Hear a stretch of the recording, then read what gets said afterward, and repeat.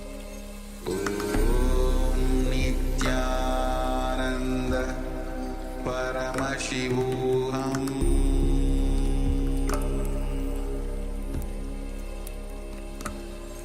Om Nithyananda Paramashivoham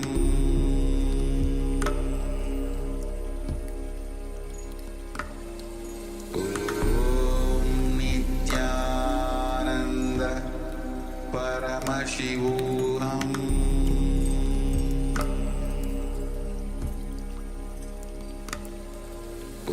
Om Nithyananda Paramashivoham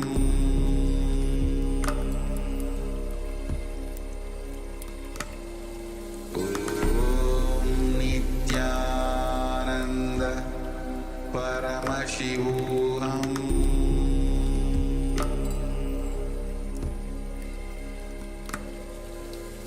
Om Nithyananda Paramashivoham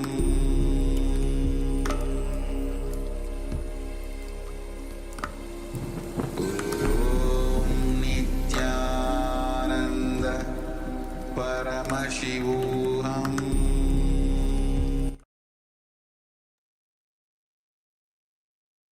So now, please open your eye bands, remove your eye bands, and slowly open your eyes. So now, please start sharing what was revealed by the third eye, what was revealed by Paramashiva through the third eye.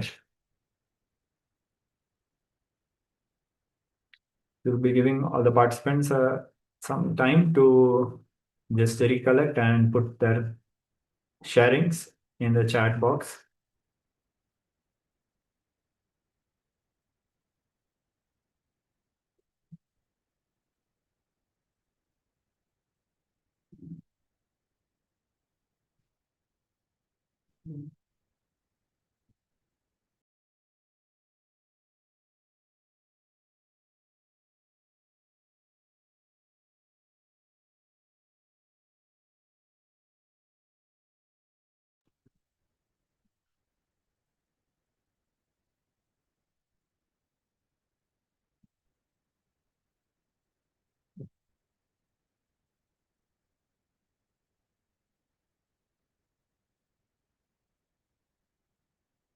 It's just giving a few moments as we receive the sharings.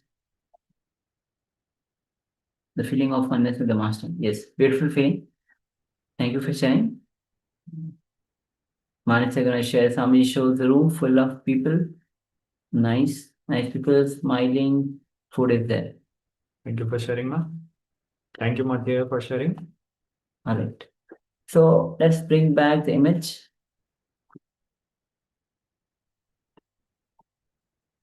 Yes. So it looks like a very nice garden, and there's on the left side there is a small open area roof, and that could be very much possible a place where people sometimes at least eat, or it might even be a part of a restaurant where people eat there, or a part of a club. But other than that, it is mostly a beautiful garden with a lot of plants and trees and a lot of grass also, and a walkway in between, a stone paved walkway. So it's very much resonates with what Nithyananda has shared, the room full of people. So maybe not at this moment where the picture is taken, people are not around, but the way it is, the way the picture is, the way the environment is, people will definitely be there. And of course, smiling, food, as Maharaj mentioned, there might be a place for eating as well. Also, this is it looks very much like a commercial place. So it's not like a big garden where people go for jogging or something. It is a very much looking like a commercial places garden. So surely there will be a lot of people and food and serving. So thank you. And now we'll be moving ahead. And the next revelation is going to be on the Vijnanamaya Kosha. So from Manomaya Kosha, now we are moving on to the Vijnanamaya Kosha. And then Swamiji will be revealing on a question answered on the Koshas and the thought processing. So let's come to the space of listening and let's enter into these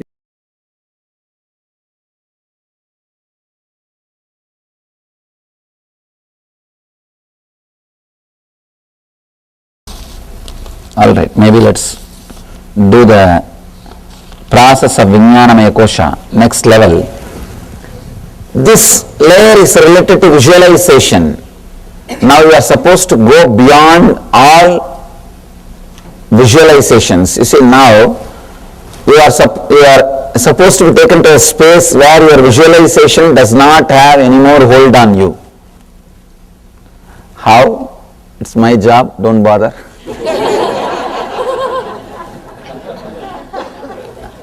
Just try to come with me, that's all. First, you will feel connected to the space you can visualize, your body. Then this space, this room you can visualize. Feel that you are filling this space. Then this whole area you can visualize. Feel that you are connected to all the spaces which you can visualize. Step by step, I can expand.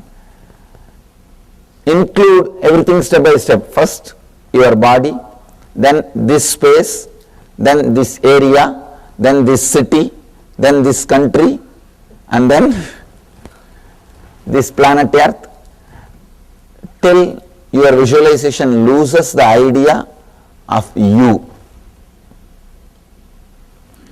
You can't have the idea of whole if you have the idea of part.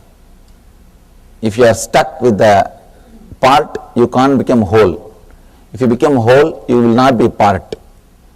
Just expanding your visualization or the feeling connection to the cosmic level.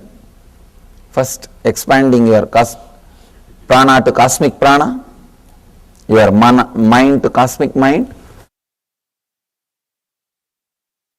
your Vijnanamaya visualization to the cosmic visualization. Let's work. It's more of my job. All you need to do is just go with me.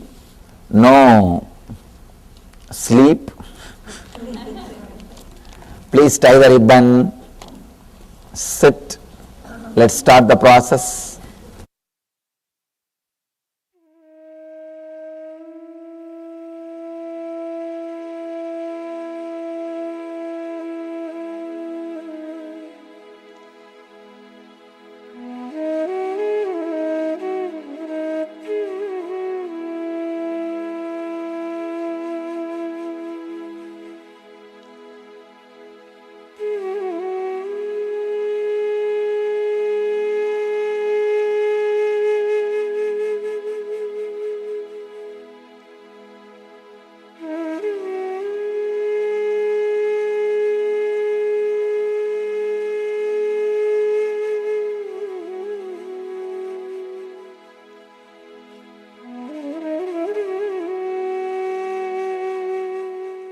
No, pregnant women should not do.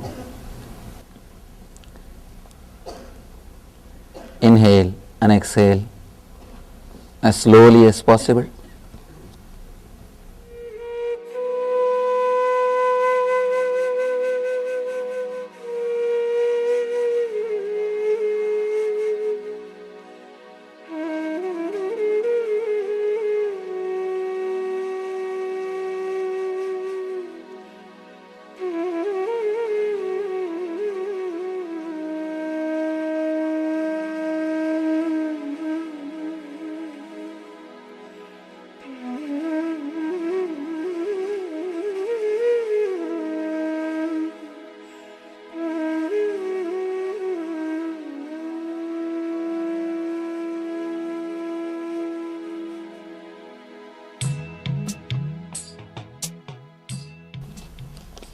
Inhale and exhale. Feel that your body is filled with prana.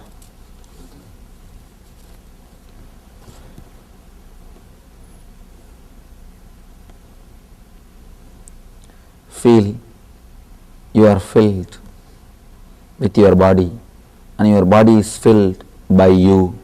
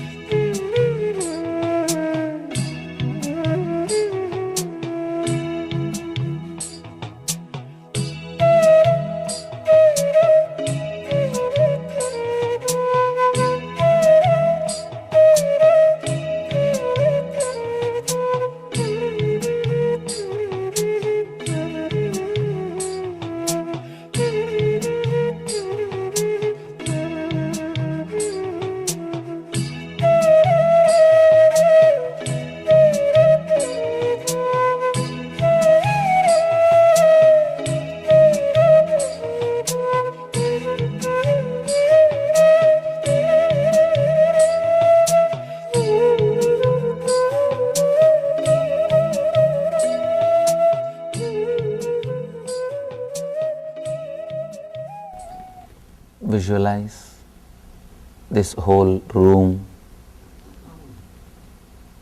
Feel you are filling this whole room. All others are sitting inside you, including me.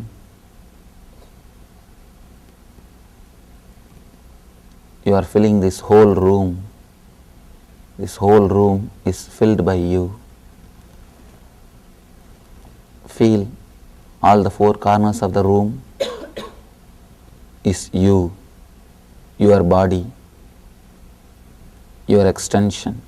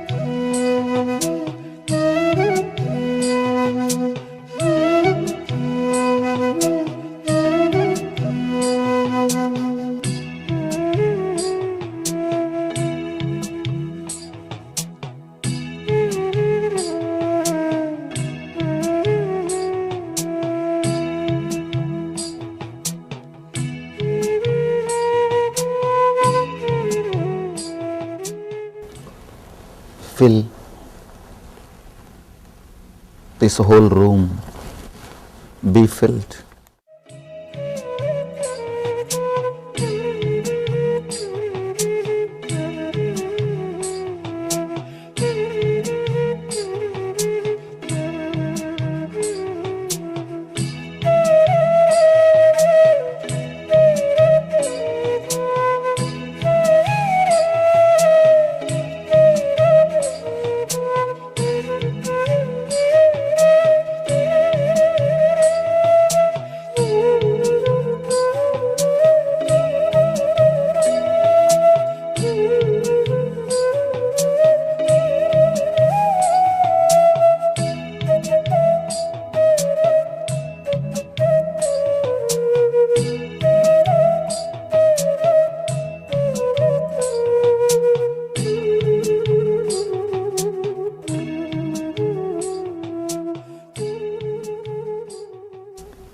Feel you are filling this whole area. This whole area is filled by you. Visualize this building, this street, this whole area is inside you.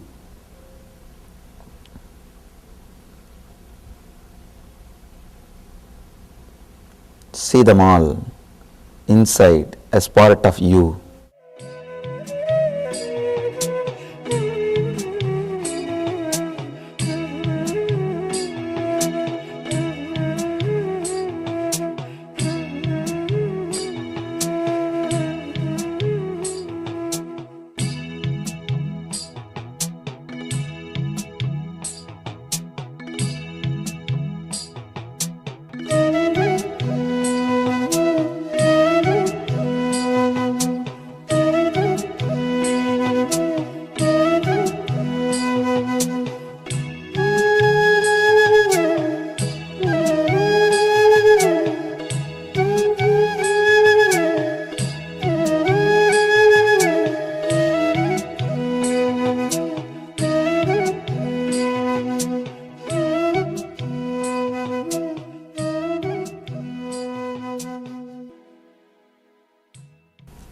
Slowly fill yourself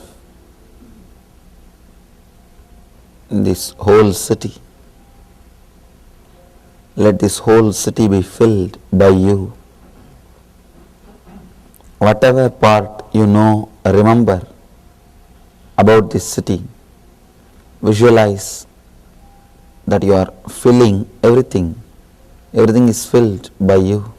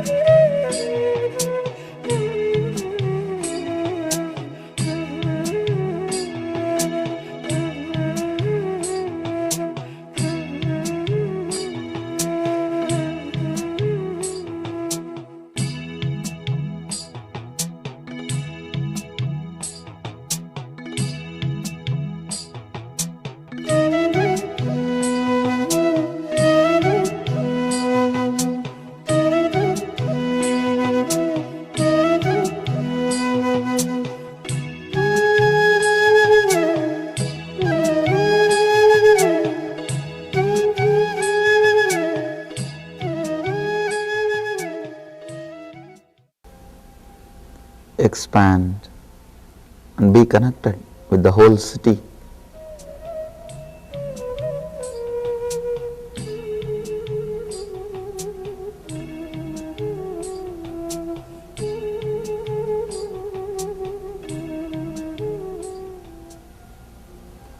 Feel you are filling the whole city. Whole city is inside you.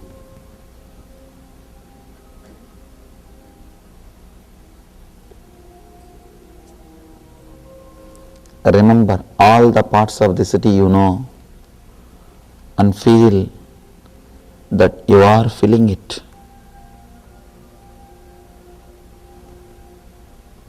They are all inside you.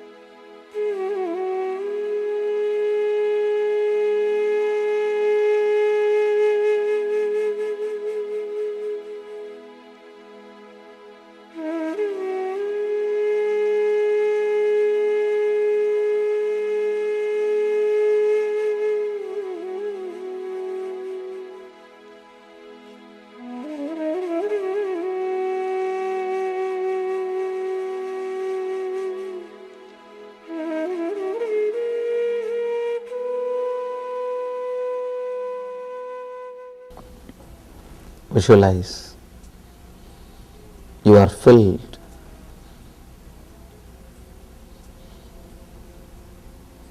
This whole country is filled by you.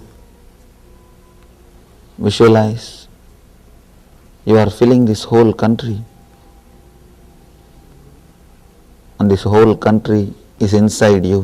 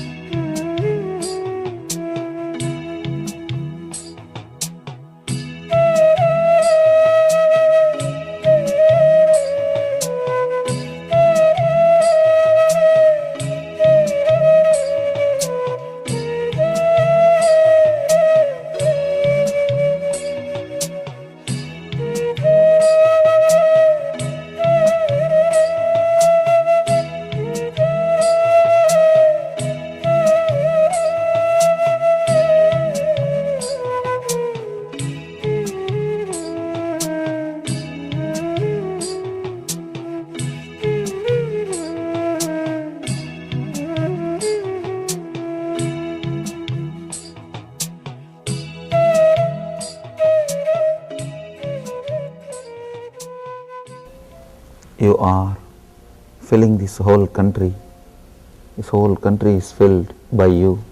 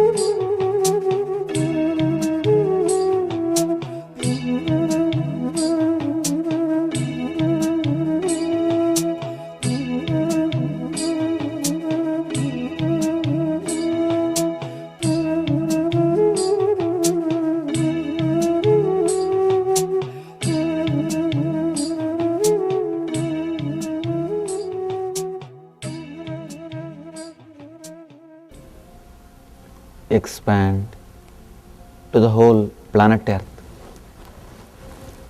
Let you be filled by this whole planet Earth. Let the whole planet Earth fill you. Visualize the whole planet Earth is inside you. Look the earth from above. See, everything is inside you.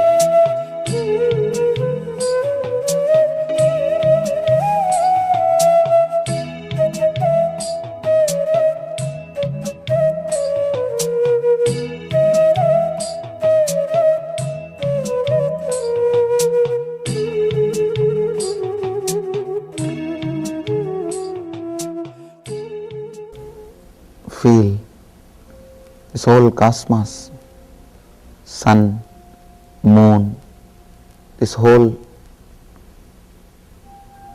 solar family is inside you. You are filling this whole solar family. Solar family is filled by you.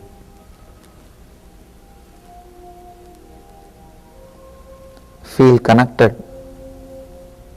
feel filled.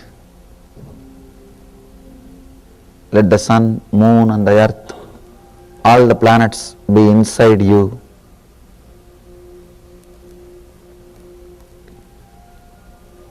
Let you be filled by them.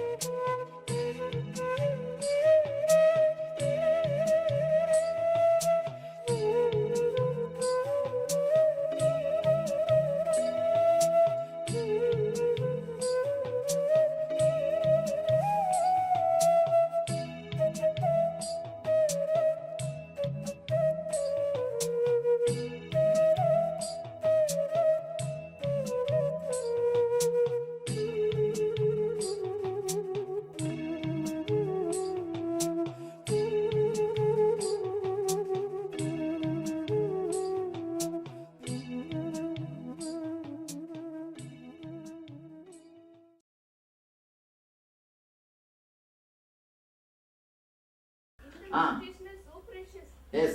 That's all low TPS. Low TPS does everything. And the healing in the sheaths, in the meditations also is a wonderful. That's what low TPS. Low TPS works? Miracles. Low TPS means lots.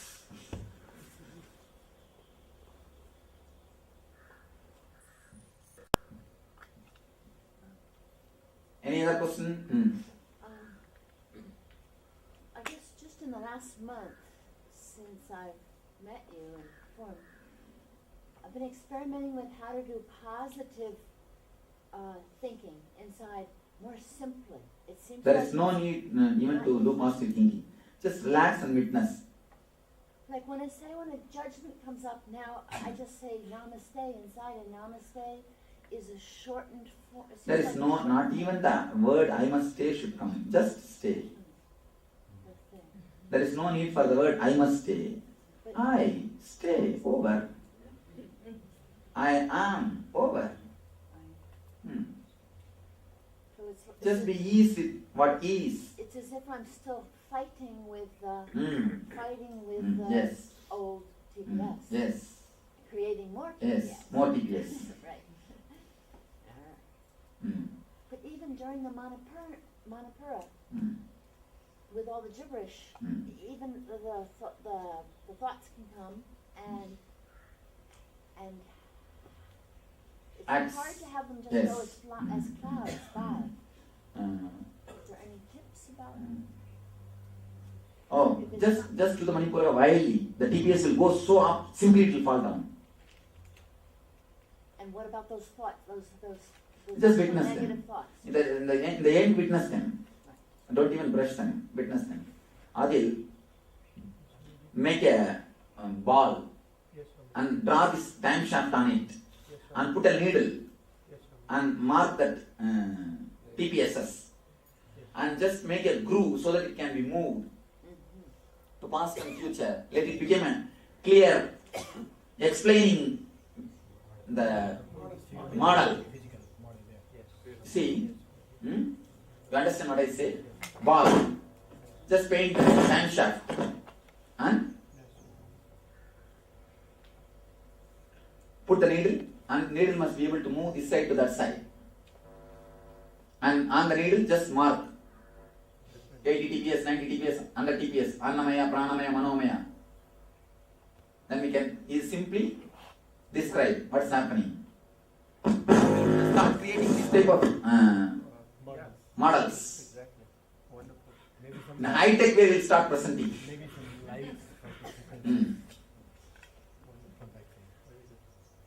Swami, at the bottom of the needle, I can see on the time shaft like the capital I marked on the needle. Yes, that's all. Children, we find their attention span is less. They keep hopping from one to another quickly. But generally they are happy. No, they don't. Their TPS is not too high. Even if their body movement is too high, TPS is not too high. So thinking, they No. keep You see, they can. why Why you know? Even the 10 thought they think, all the 10 they express it. You don't express. Even if you think 100, you don't express because you are cultured socially. The social culture is one more thought. You don't express. So thinking and not expressing is too much TPS. The other day we went to Tirunnamalai. There's a place called Skandashram. We all climbed there. And it was supposed to be a silence place. We all went inside the ashram. 45 of us sit almost an hour. Almost an hour, no? Yes, sir. Just we dropped in silence. See, not even physical silence, even the body language silence. At least I can't imagine such a big group can sit with such a silence for so long time. Such a long time, that group, such big group, sat in such wonderful silence. We all enjoyed the silence. Neither I gave the instruction, do meditation, nor these people asked me, should we do meditation. Simply we all sat. Master dropped, everybody dropped. That's what the monkey dropped the cap, all the the leading monkey dropped the cap and all the monkey dropped the cap. That's all. Sat and enjoyed. Then we came out of the ashram. We came on the option, nearby rock, we climbed. And you know, when one monkey starts dancing, what will happen? Simply dance started and shouting, clapping, everything. Those guys from inside, they came out and they fired at us. Actually, 2-3 times I just kept quiet. 2-3 times when he came and shouted, I was just looking and kept quiet. And the fourth, very egoistic way, not even requesting. And egoistic as if only he knows meditation. Nobody else knows what is meditation. Can't be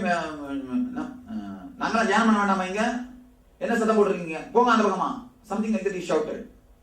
Should we not meditate? Go that side. Something that's the way he started. Then I simply, till the time we were keeping quiet, then I thought, now it is time for this guy to have the puja. Immediately I started. See, first thing, inside your space we respected. Now it is outside. And it's a tourism spot. Now it is your time to learn how to meditate with this sound. How to meditate with this sound.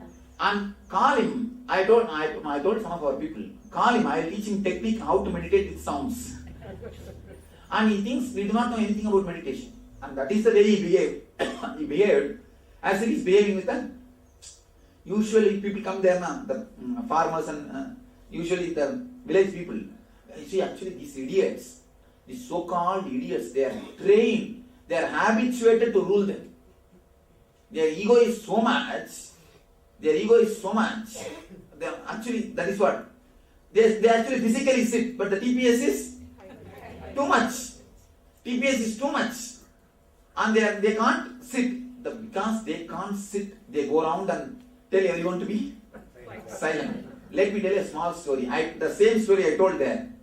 One day, morning, 7 o'clock, a Zen monk was sitting on the bank of a river and meditating. Trying to meditate. Morning 7 o'clock, a young girl came with anklets to fetch water. This guy heard the anklet sound, opened the eyes and shouted, "Don't create noise, I have to meditate." Next day she came without anklets, 7 o'clock, but when she was taking the water from the river, the sound came. This guy opened the eyes and shouted, "Don't you have sense? Don't create sound, I have to meditate." The third day, 7 o'clock, he was waiting for her to come. Hear the noise. Hear the anklet sound. Waiting for the anklet sound. That is what this guy's meditation. That is what their meditation. TPS, you see, high TPS and body is silent. So naturally, they can't understand what is silence. And when we gave firing, simply the guy escaped. Actually, he thought we are some outsiders. And they are actually habituated to behave in a rude way. Rude way to the tourist people who are coming there. And it is not his place. Who is here to behave in a rude way? Even in our space, we don't behave with the people rude way. Even in our space. It is not his place. None of his business. And what meditation do you know? What can you meditate when you can't relax with the sound? What meditation do you know? Then get lost. We at least come and enjoy. That's what Atma Spurana said. Come out and enjoy with us. And the fellow looked so egoistic and dull. The very face showed. And it is not that we disturb their space. And one more thing. And some of our devotees, they requested me, "Swamiji, can we go inside and come out?" I said no. I said very clearly no. No, because when you walk inside, you will create sound. No. All 45, you and all cannot go inside. Come out. We went to that place, but we didn't go inside and do namaskar, where Ramana Maharshi meditated, where Ramana Maharshi stayed. We all stayed outside. We all stayed outside. We never entered inside the cave. Neither the Ramana Maharshi's mother, where she passed away, neither in that room, nor Ramana Maharshi's cave. In both, I said no. You all can't go inside because they are meditating. We can't disturb them. If you all guys go in and come out, you will disturb them.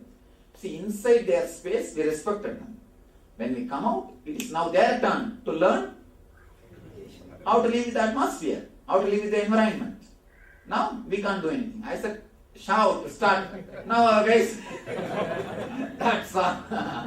Our guys,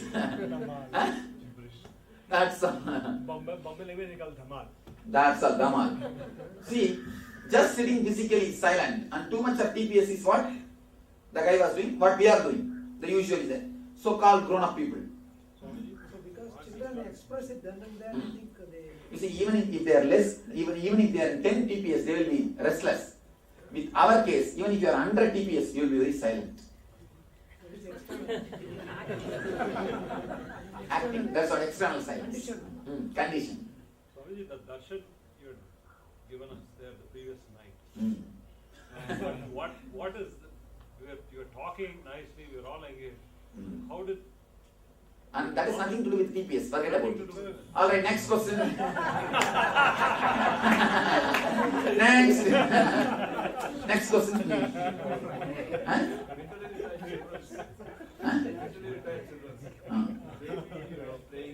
No. Even they have too much of TPS. What you mean by saying don't walk your way to God, don't drive your way to God, dance your way to God? Yes. This is what I say. Just jump your way to God. Neither drive nor walk. Not even dance, just jump around. Even the dance word has got some culture in it. And no culture. Just wild. Spontaneous and wild. Even autism is too much? Yes. Autism is too much of TPS. One side TPS blocking the other side TPS. TPS is facing each other and hitting each other. Not even a clear TPS. Just too much. Like this. Sometimes you can see 1 feet your leg will go up front and half inch or 2 inch will come back. And especially ladies you can see. Ladies when they walk, they are so conditioned. If they lift 1 feet their leg in front, only 9 inch they will walk, they will finish the walking. The 3 inch will come back. Am I right? If you walk, when you walk, you see. If you are moving your leg 12 inch, 3 inch will come back, and only 9 inch you will move. The conditioning. Next. In the presence of a master, does the TPS come down? Simply it falls. Temperature falls. TPS falls. Because I noticed the thoughts won't be there. That is why you don't feel that so much of time has disappeared. So much of time has gone.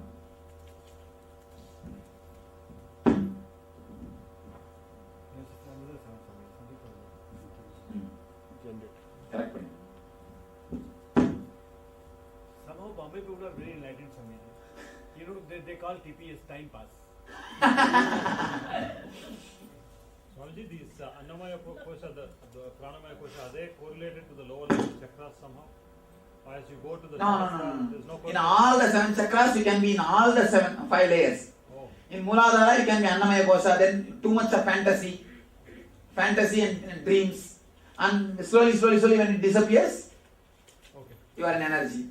The same way, Swadhisthana, too much of fear, Annamaya Kosha. If you are in Annamaya Kosha, you are in total fear. When you come here, you are in Nirbhaya and freedom. And in the Manipura, if you are in Annamaya Kosha, you are too much of psychological worrying. Then it becomes a chronological planning, creativity. In Anagata, if you are in Annamaya Kosha, asking attention.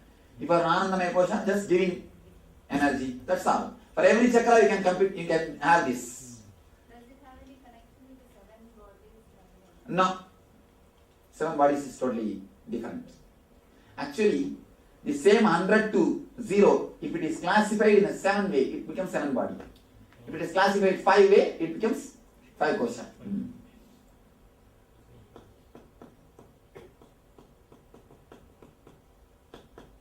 Actually, when we work on 7 body, we were just cleaning, taking out. Now I am penetrating, putting you inside. We are not going to do any cleaning process. We are just going to put you inside. That is why this qualification, Swamiji. NSP. There is a qualification. That's why the NSP is qualification. That's why the NSP is a basic necessity.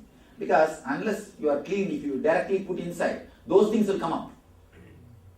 You will become a too nasty person. Often said that the surrender to work with our egos. What exactly does that mean? TPS coming, bringing the TPS down. That's all. This single drawing gives explanation for the whole thing. It can explain all the NSPs. ASP, NSP, healers initiation, time shaft theory, Atma Spurana, everything is in this single one drawing. But unless you do all those things, you will not understand this drawing. All your body disappears in Pranamaya Kosha. Annamaya body disappears in Pranamaya Kosha. Pranamaya body disappears in Manomaya Kosha. One by one it disappears. Where Anandamaya Kosha disappears into Atman is what is Anandagandha Chakra. Swamiji, going to some of the Shiva temples where there's high energy, feel like you're being sucked into a black hole. Is that Anandagandha? Yes, Anandagandha. Whole thing will be sucked. Just that feeling. You see, actually, Anandagandha, when you go in, the whole body will have bliss. Have you felt any time the whole body having pain? Early morning when you get up from the bed, you say, as if I have been beaten. The whole body is paining. Just like that, you will see the whole body is in bliss. That's what is Anandagandha. Then you have experienced Anandagandha really. If your whole body is in pain, in bliss, you experienced Anandagandha. What does mana and vijnana represent? Mana means the mind. You see, Annamaya Kosha means your physical body. Pranamaya Kosha is all the gas movements inside your body. All gas movements going up or coming down. All gas movements. Through any hole gas comes out. It's a prana movement. And this manomaya means your inner chattering. Your inner chattering is manomaya. Vijnanamaya is a deep sleep. Anandamaya is any bliss you enjoy. It's Anandamaya.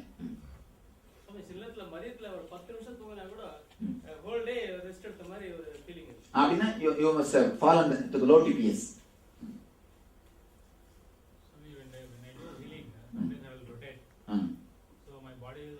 I think you are moving with time shaft. You are literally moving with my time shaft. Nothing wrong. Okay. Because you said for leg and all you should make. Okay, now clear? Any doubt with this time shaft? Alright, now you are going to start the witnessing. Witness, at least now don't miss. Only then I can move to the next technique. Understand very clearly. See, unless you move from Annamaya, I can't go to Pranamaya. You may waste the whole 4 days in Annamaya itself, I don't know. It is now up to you whether to go to the other thing or not. But surely I won't move to other thing unless you penetrate the Annamaya. I can't go. Otherwise, I will be just going and you will be sitting there. I want you to come with me. So, yesterday you had so many doubts. Should we sleep here? Should we there? All those, witness those doubts also. Understand? Witness all the thoughts. Clear? Swami, we witness the thoughts, but we follow to the action. That's where the doubts came. No, don't follow to any action. Don't follow to any action. Just witness the thoughts. Just witness the thoughts. Continuously witness the thoughts. Don't bother. Oh, they are all going eating. Then witness that thought also.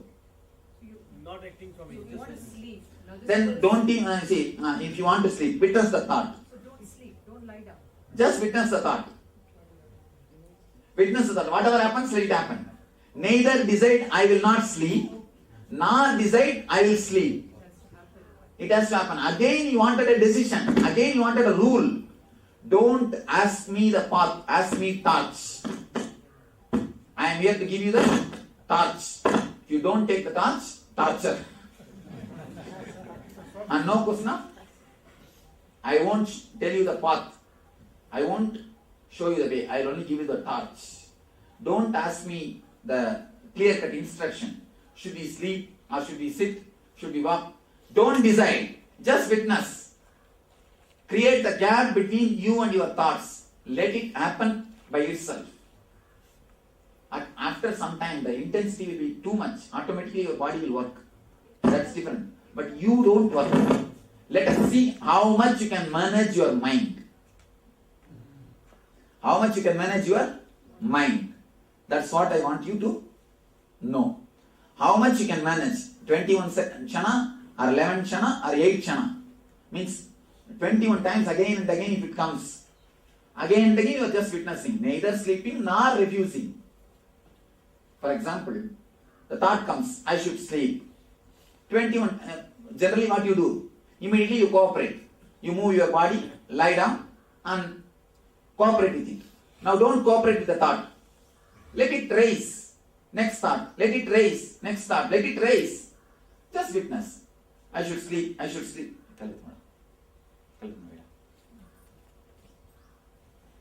I should sleep. I should sleep. No, don't even postpone. Just witness the thought. The thought raising. I should sleep. And falling. Just witness. Don't associate yourself with that. Just witness. Don't suppress. Don't go behind it. Just witness. See what happens. Let us see what happens. Body automatically fallen asleep for some time. Okay, no problem. Let it. Why do you bother? Witness again. The moment you get up, witness. Oh, I was fallen asleep. Witness. Your mind will tell, it is wrong. Witness.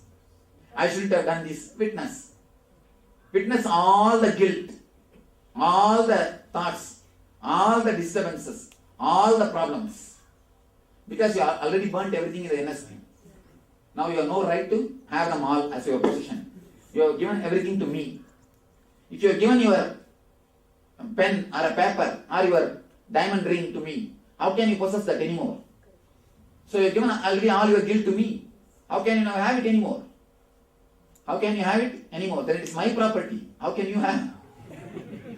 Give it back. You have stolen. No, really. If you have guilt, if you have any mental trouble, if you have any torture, if you have any karma, then you have stolen it from me. It's my property. Give it back and go. It is my property. The moment you have done NSP, you handed over everything to me. You have surrendered everything to me. How can you take it back? Which you are also put in the fire. It is me. The fire is in my form.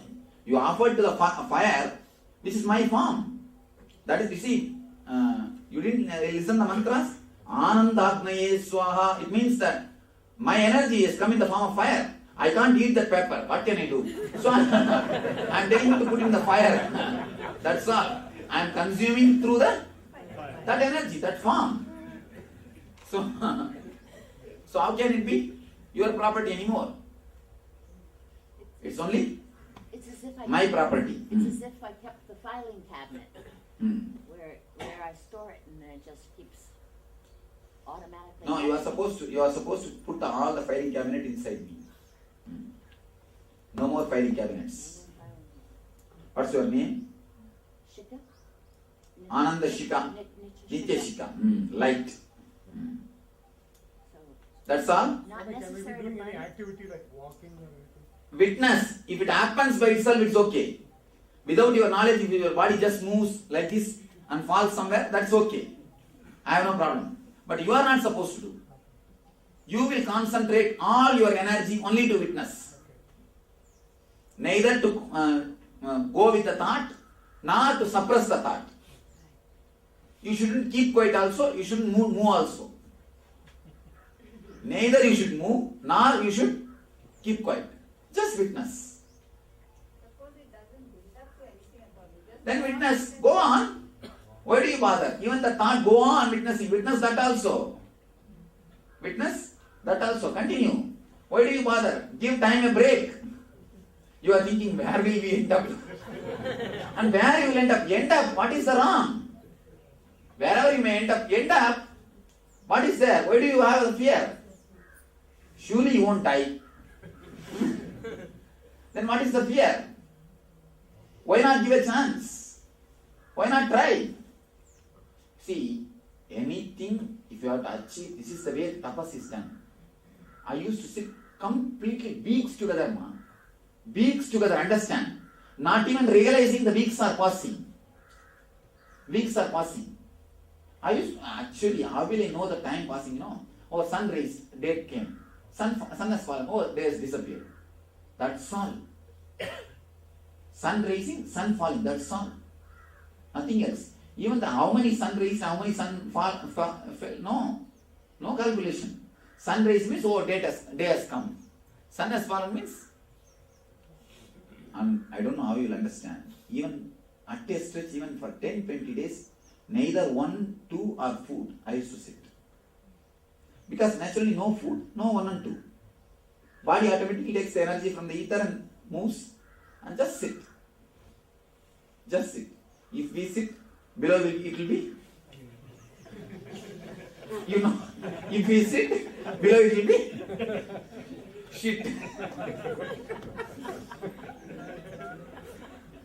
Anyhow, you don't even bother about that, we will clean it. We will clean it. A small story. One day suddenly, Catholic priest saw a Protestant priest coming in a Benz car. He was shocked. You guys, how did you make so much of money? You have a small flock than mine. My flock is too big and your flock is too small. How did you make? Protestant said, simple technique. I just hypnotized the whole group, hanging having that, what is that? Mala. No, mala. Rosary. In front of my hand, in front of their eyes, I held the rosary and I told them to gaze at that rosary, and just slowly I was moving that rosary. Totally, I saw the whole group was hypnotized. That moment I shouted, let you all empty your purse. They emptied their purse. Now I am having Benz car. This guy thought, all right. After 10 days, the Catholic priest came. Again the Catholic priest is walking and this Protestant guy is having a Benz car. The Protestant guy asked, what happened? You didn't get the car?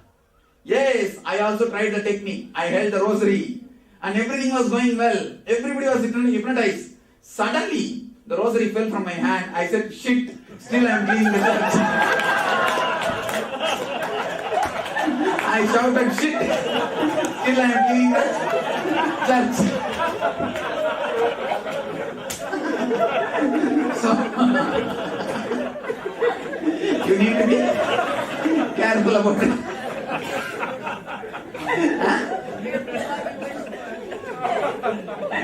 You must be careful about what you wish for. Hypnotizing is not an important thing. You should have the intelligence to do. If your mala drops naturally, suddenly my mala dropped. Unconsciously I said, shit.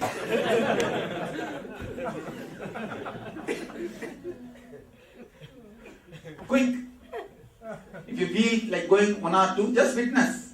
Let the thought rise and fall. Witness. You will see miracles will be happening in you. You don't know. Just witness. When it becomes too much, automatically body will move. Let it move. You just witness. You just witness. Okay? You're okay, Nithyananda? Energization time, some people wanted to go out. Said if you go out, you cannot come in. Then they didn't have to go out. Why? Is there any other system you follow? You see, the Kumbhabhishekam time, never take coconut from anybody, especially from the priests. Kumbhabhishekam time, don't take tender coconut from priests. That much only I can say. Because they can't move from the Yagasala. They can't move away from the Yagasala. No, I tell you. No, this really happened in one place. They can't move from the Yagasala. They can't go out of Yagasala. So, never take coconut from.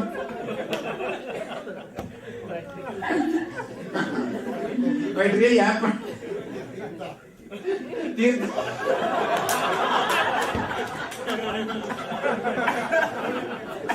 That I do not know, but tender coconut. So, be very clear about it. All right. Any other question in this subject?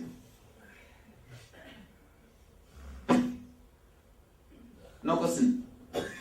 Actually, one more thing. When this movement, if you understand this as a needle, when this movement reduces, the point simply starts falling, tak, tak, tak, tak, tak. When this movement reduces, the point suddenly starts falling up. When this movement increases, just you are thrown out. Centrifugal. Centrifugal or centripetal? Centrifugal. Thrown out. And when it becomes small, you are just brought down. Actually, when it is centrifugal, the time shaft also moves with such a speed, you can't see what's printed on the time shaft. When you come down, you come and sit on the time shaft. I think you can make small toys to explain these things. Really? When you move this, and it should go up. And when you slowly reduce the speed, it should, the small money, you should have a bead. That bead should come down. Based on the speed, that bead should go up or come down.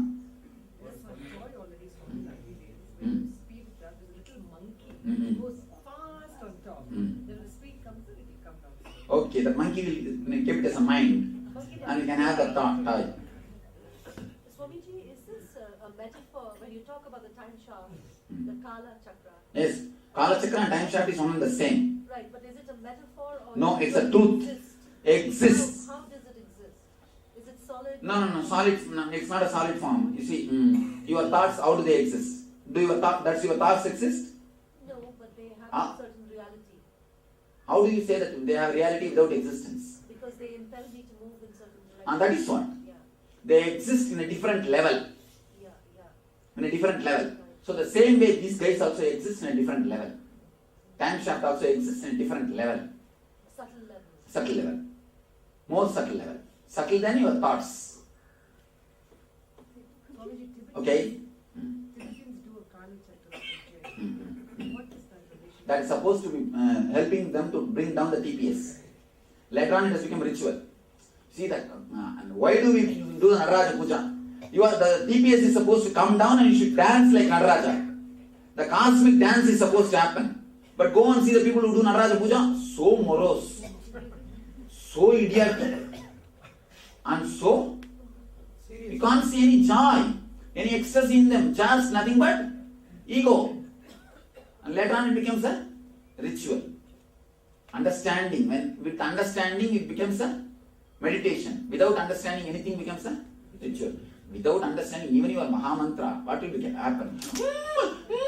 What will happen? Only you will have constipation.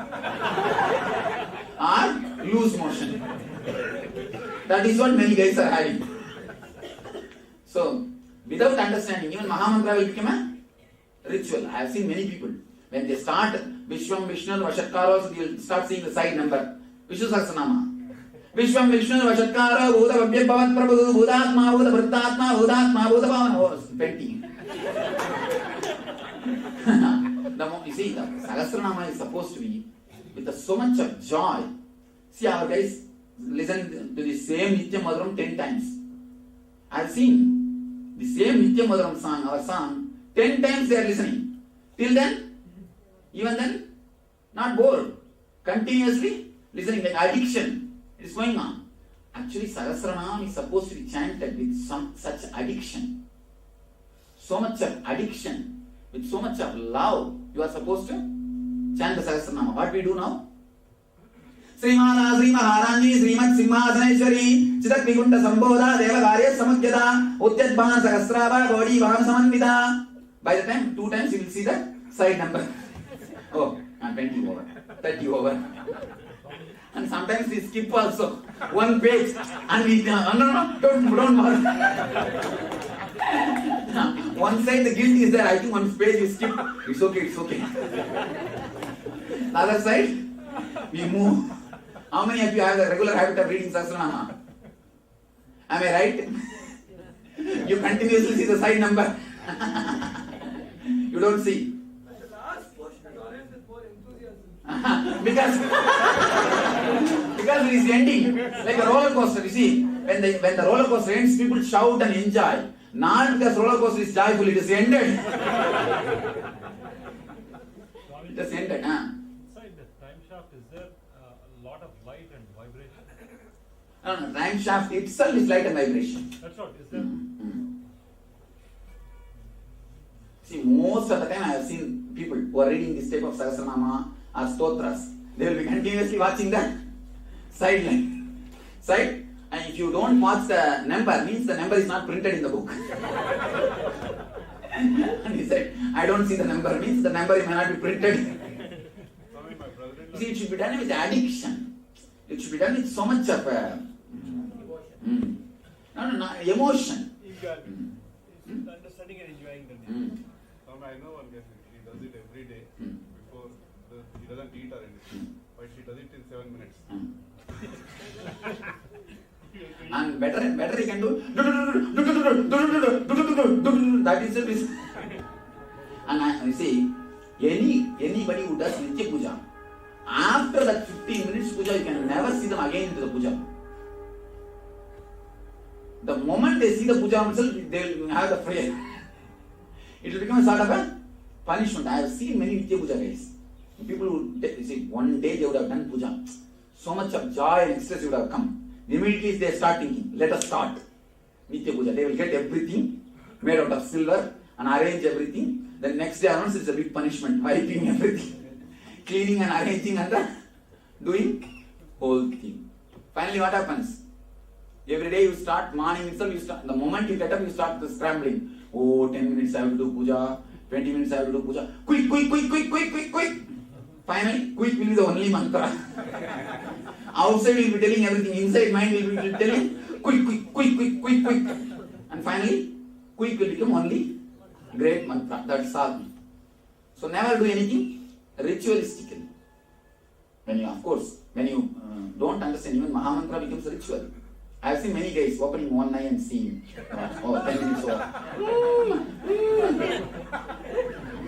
think 15 minutes over. Hey, telephone is a candy.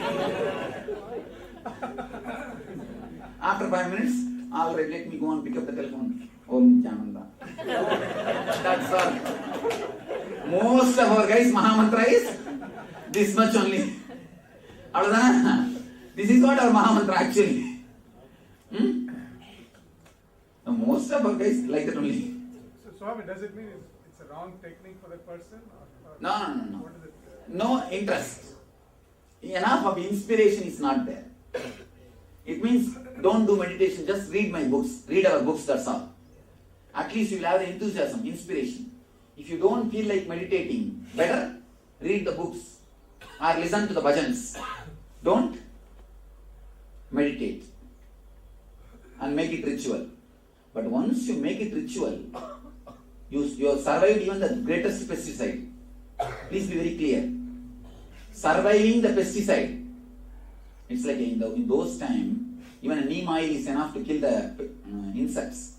Now, powerful pesticide. And after one generation, more powerful. So in those days, puja is enough to destroy your mind. Now I have given little more pesticide, costly pesticide.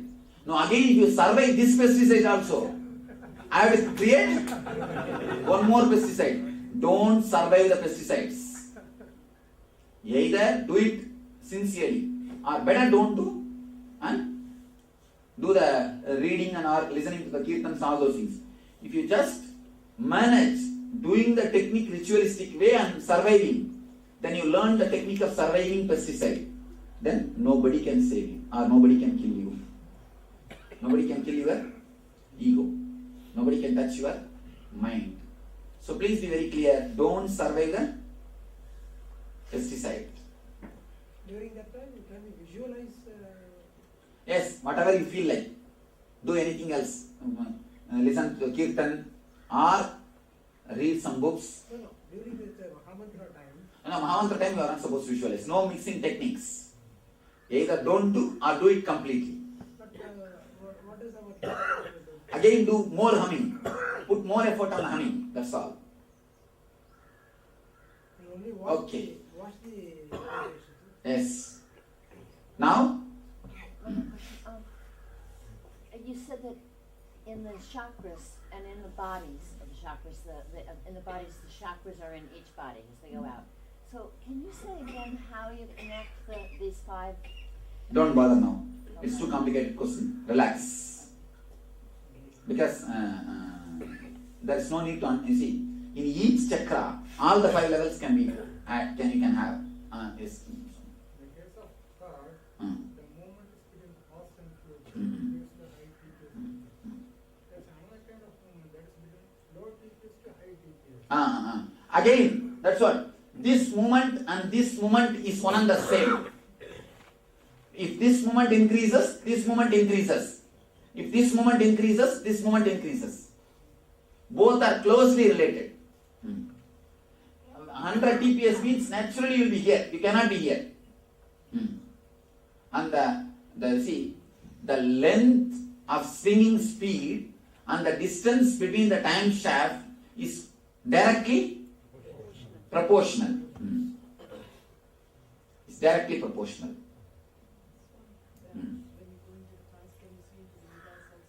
Yes, I can see. What do you want to know? Swamiji, we should call this universal law of spiritual. Yes, Nitya Darshan. Is law a word in English? No, Nitya Darshan. There is no law actually, only an experience. Law is only in the states. Okay, now start witnessing the body, mind and the being. Final question, last question. Do you see this Kalachakra even today also? Even now. Alright. Now it is time for you to witness the body, mind and being. Don't even think if your mind says, let me close my eyes and witness. Again witness that thought. Don't cooperate with any thought. Just do strike. Just shout. TPS down, down, TPS down, down. That nothing else. Simply do Bant against the TPS. Only one thing. TPS down, down. TPS down, down. Don't start shouting inside. Again TPS will go up. Just witness. Start. Thank you. Witness the thought. I'm clapping.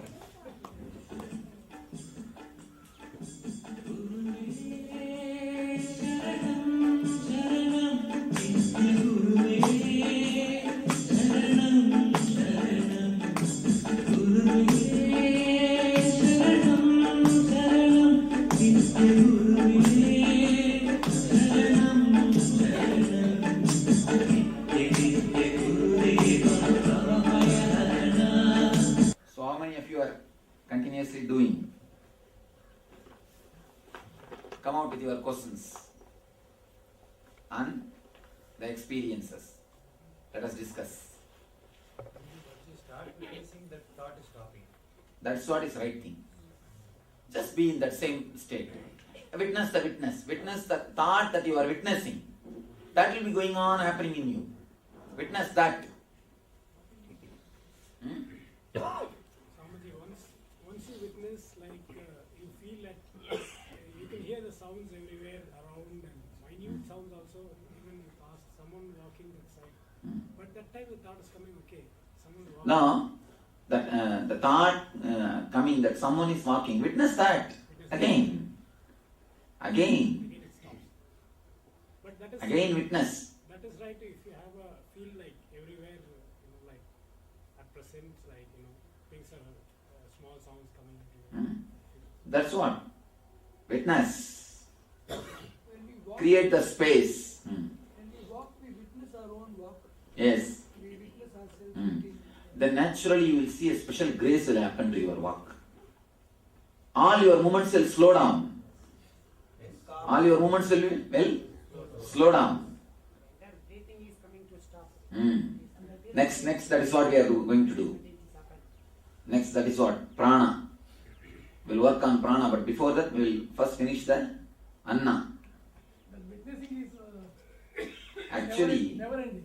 5 days we should take up. This program should be done in 5 days. Somehow I was not able to arrange. Each day we will just witness one kosha, nothing else. So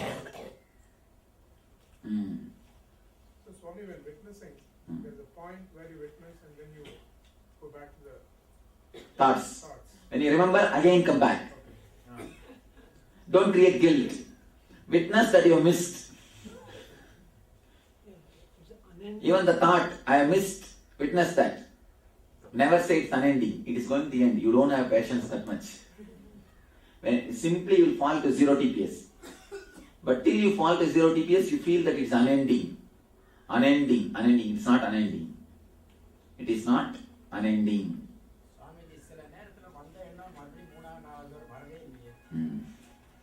That's usual. I was witnessing all the thoughts. But then one moment my body became totally inactive. After a few minutes I felt something unconscious. So a jerk came.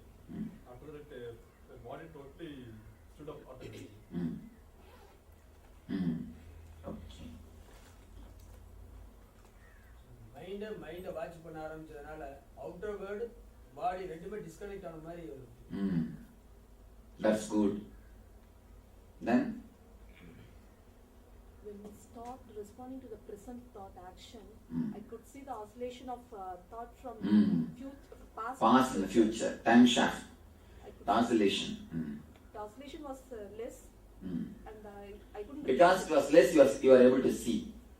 If it is too much, you can't even see. And then next. Quite difficult.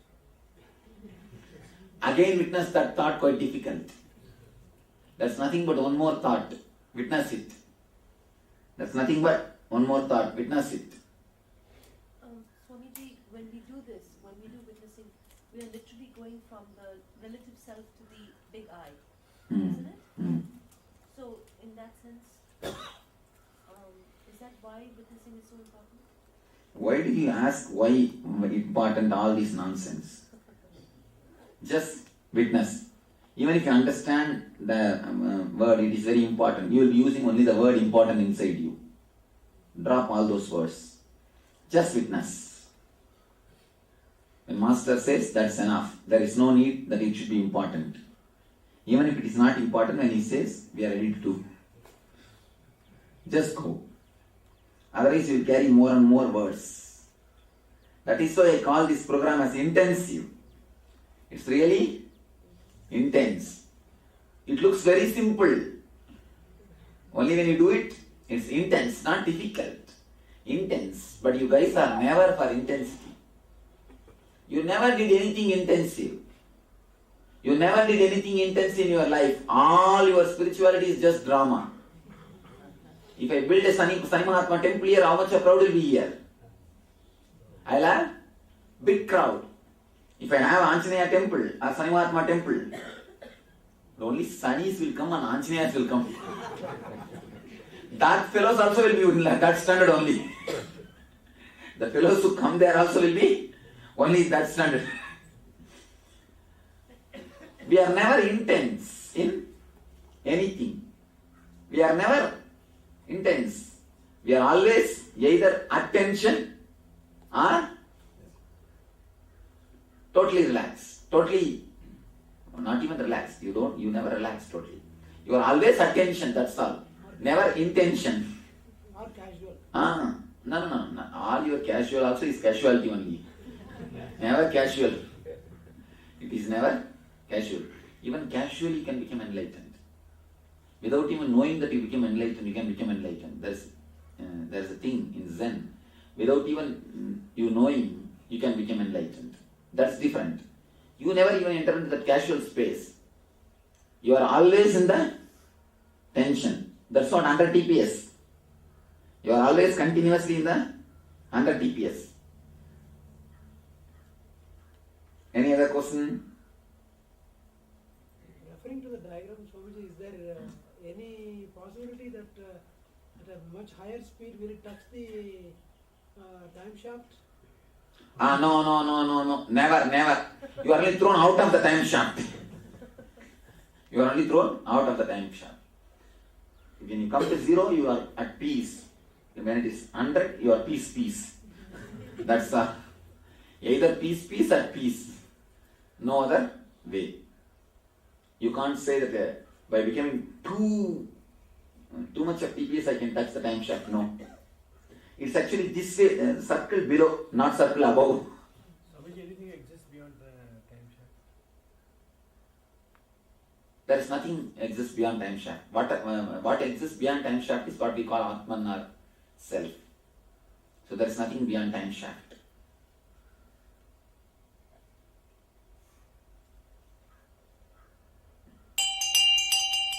Wake up call. Next.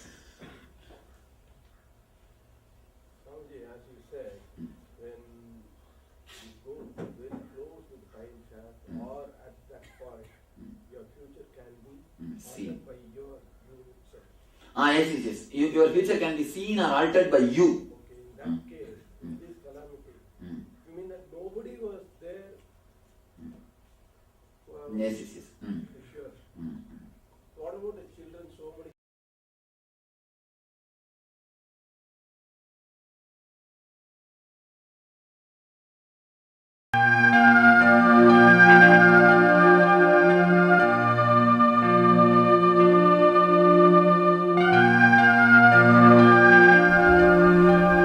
I welcome you all with my love and respect.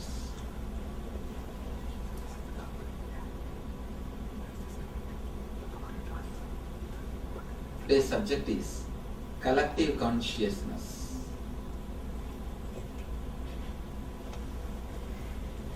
To tell you honestly, I was always afraid of speaking on this subject because it is too much truth. Man as such can't bear too much of truth. If you give 30 to 40% of truth, he feels okay. More than that, the truth starts transforming him. He gets a little frightened. He feels the ground on which he is standing is just slowly moving away. I tell you honestly, we really don't want truth. If honest truth is given to us, there will be nobody here except empty chairs. The moment honest truths are given, people get frightened. Usually people get frightened. One of the Western philosophers, he writes beautifully that one of his important book's title is, please don't take away the lies, let man live on them, live with them. It is too much to take away all the lies, because lies are the base on which we are living and lying.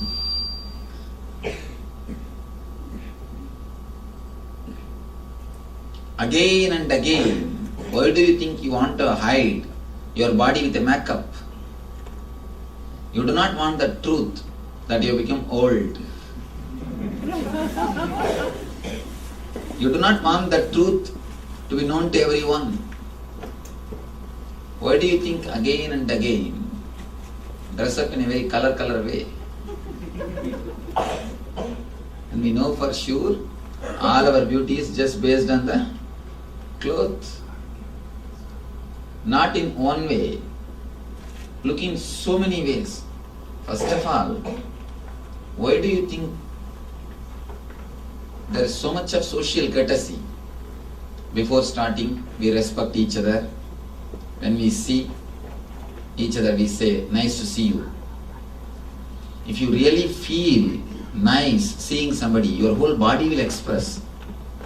You don't have to say it. Why are we trained to say it? We know the truth is something else.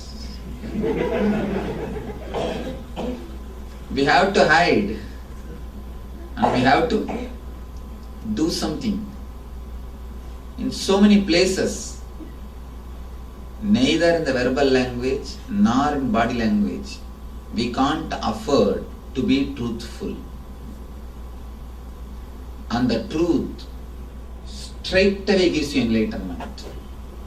I tell you, the moment you imbibe any single point of truth or any one dimension of truth in any way, if you catch only one idea and imbibe it truthfully, honestly, there are so many thousands of ideas.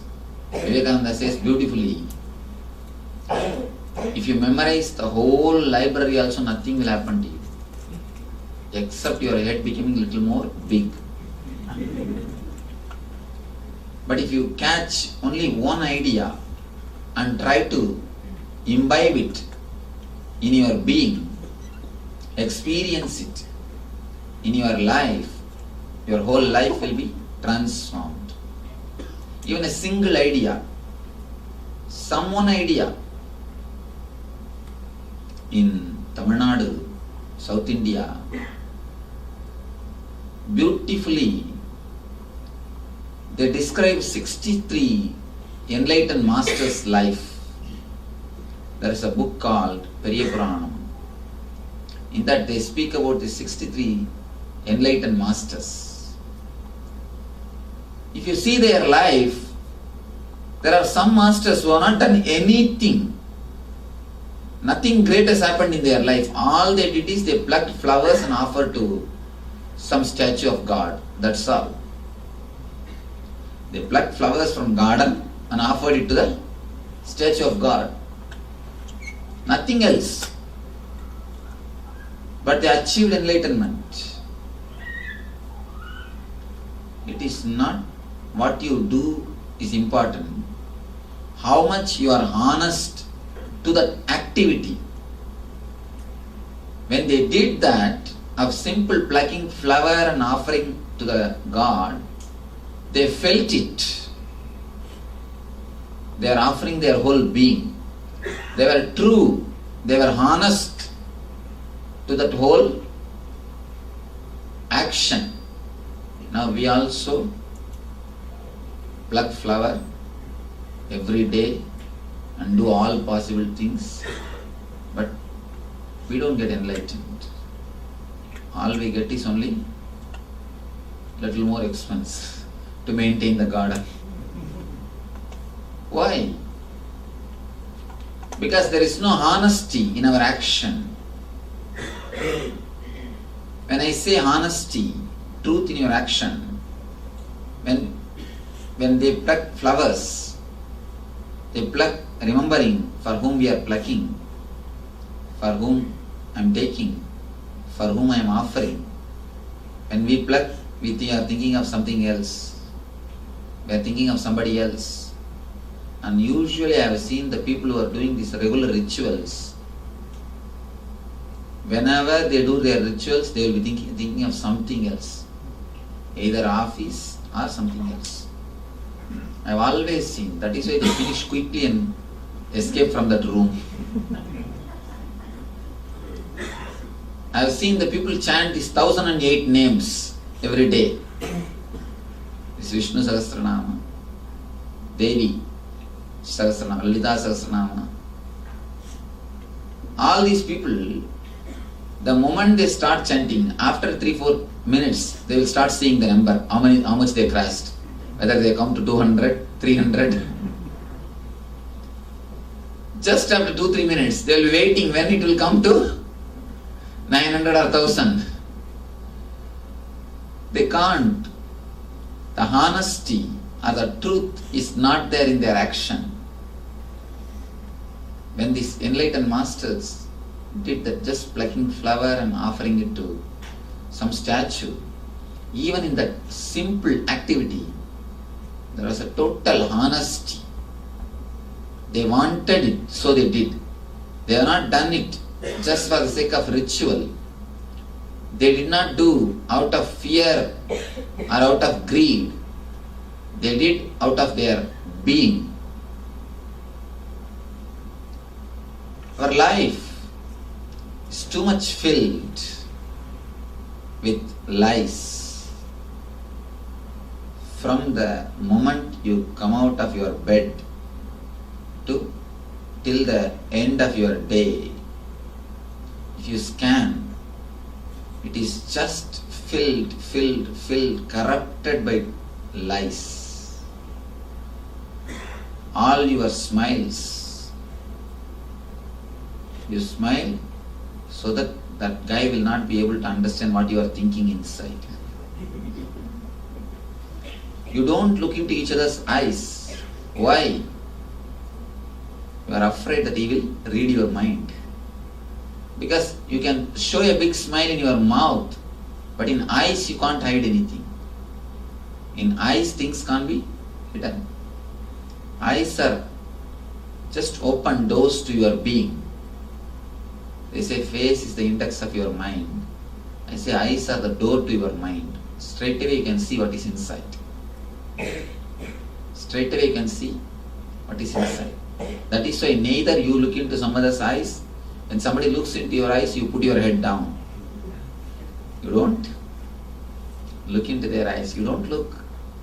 Because many times you are saying something and thinking something. One great philosophy professor, he asked me, he attended few of my discourses and he lived few days around me.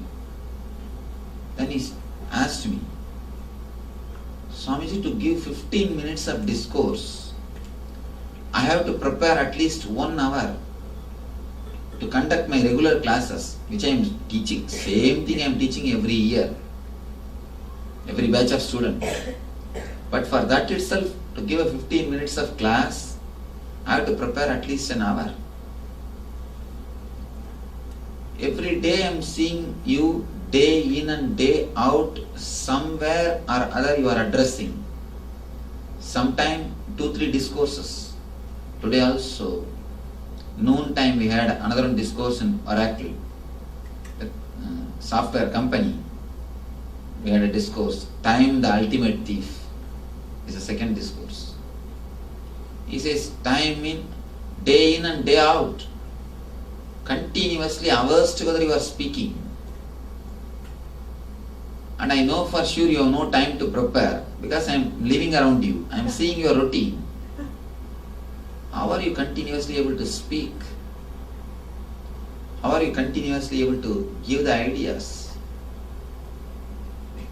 I need at least an hour of preparation. This is the answer. Actually, if your inner chattering is honestly what you experienced, inner chattering means your thinking. If your thinking and experience is one and the same, you don't have to prepare. Just open up. Whatever comes out is your experience. It's like if somebody asks your name, do you prepare? Or do you carry hints to tell that? No. It's your experience. If something has not become your experience, you have to prepare to deliver a lecture. Be very clear. If you are preparing to deliver a lecture, or if you are afraid of public speaking, be very clear, you are filled with lies. Why do you think we are afraid of public speaking? We are afraid that we may speak what we are thinking. Nothing else. All our fear is, we may just spell out what is going on inside. Without our knowledge, we may just spell out what is going on inside. The only difficulty is, we know so much of garbage is going on inside. Dirt is there inside. Suddenly something may erupt out. Suddenly something may come out. That is why first you need to prepare what you should say. Then you should prepare how you should say. Then you should see that you don't say something else. Then you should be very clear, you remember one by one all the points, next. Otherwise, if you don't remember some one point, you may start talking on your own, which is going to be the truth of what you are thinking. So all our preparation is just to hide what we are thinking. Be very clear, if you are a speaker and you are preparing for your speeches, be very sure what you are speaking is a pure lie. It has not become your experience. It is not become a truth of your being. It has not got internalized.